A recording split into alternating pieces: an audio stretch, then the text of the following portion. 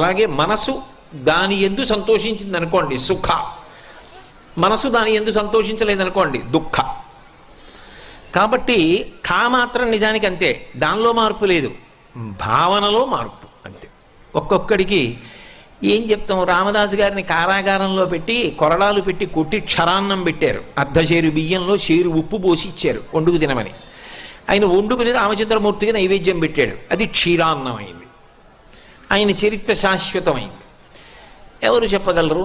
ఆయనకి అది సంతోషంగా ఉంది, ఎందుకంటే పోన్లే మళ్ళీ భద్రాచలం పెడితే ఉద్యోగం వ్యవహారం హాయిగా ఇక్కడ దెబ్బలు తింటే తిన్నాను కానీ రామనామ సంకీర్తనం కన్నా ఇంకా నాకేం కావాలన్నాడు.